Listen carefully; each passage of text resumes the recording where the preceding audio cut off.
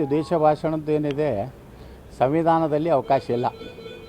ಯಾಕಂದರೆ ಇದ್ರದ್ದು ಈಗಾಗಲೇ ನಮ್ಮ ಸಂವಿಧಾನದಲ್ಲಿ IPC ಯಾವ್ಯಾವ ಸೆಕ್ಷನ್ ಇದೆ ಅದರಲ್ಲಿ ದ್ವೇಷ ಭಾಷಣ ಇರ್ಬೋದು, ಯಾವುದೇ ಧರ್ಮಕ್ಕೆ ನಿಂದನೆ ಮಾಡೋದಂಥದ್ದು ಎಲ್ಲನೂ ಒಳಗೊಂಡಿದೆ. ಈ ಸಂವಿಧಾನವೇ ನಮ್ಮದೊಂದು ಬುಕ್ಕ ಹಿಡ್ಕೊಂಡವರು ಲೋಕಸಭೆಯಲ್ಲಿ ರಾಹುಲ್ ಗಾಂಧಿ ನಾಟಕ ಮಾಡ್ತಾರೆ. ಆದರೆ ಸಂವಿಧಾನದಲ್ಲಿರುವಂಥದ್ದು ಮೂಲ ಆಶಯವನ್ನೇ ಇವತ್ತು ತಿದ್ದುಪಡಿ ಮಾಡಲಿಕ್ಕೆ ಹೊರಟಿದ್ದಾರೆ.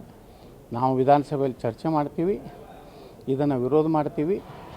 ರಾಜ್ಯಪಾಲರಿಗೂ ಸಹ ನಾವು ಗಮನಕ್ಕೆ ತೊಗೊಂಡ್ಬರ್ತೀವಿ, ರಾಷ್ಟ್ರಪತಿಗಳ ಗಮನಕ್ಕೆ ತೊಗೊಂಡ್ಬರ್ತೀವಿ. ಈ ಮಸೂದೆ ಏನು ಸರ್ಕಾರ ಕೇವಲ BJP ಹಿಂದುತ್ವ ಪರವಾಗಿ ಮಾತಾಡುವಂಥ ನಾಯಕರನ್ನು ಮುಗಿಸ್ಬೇಕನ್ನುವಂಥ ಷಡ್ಯಂತ್ರ ಈ ಸಾಬರ ಸರ್ಕಾರ, ಸಿದ್ದರಾಮಯ್ಯ ಸರ್ಕಾರ ಮಾಡ್ತಾಯಿದೆ. ಇದಕ್ಕೆ ನಾವೇನು ಬಗ್ಗುವುದಿಲ್ಲ, ಜಗ್ಗುವುದಿಲ್ಲ.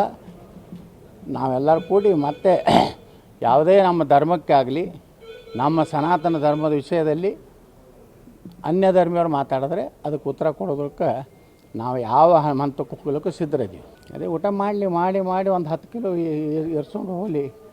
ಖರೀದಿ ನಮಗೆ ಹೇಳ್ತಿದ್ರು ಆಪ್ರೇಷನ್ ಕಮಲ ಅಂತ ಹೇಳಿ. ಈಗ ಆಪ್ರೇಷನ್ ಕಾಂಗ್ರೆಸ್ ಟು ಕಾಂಗ್ರೆಸ್ ಆಗ್ಲಕತ್ತದೆ. Operation DK Shivakumar, operation Siddaramaiah ನಡೆದಿದೆ. ಇದ್ರ ನೋಡಿದ್ರೆ ಭಯ ಸಿದ್ದರಾಮಯ್ಯರಿಗೂ ಇದೆ.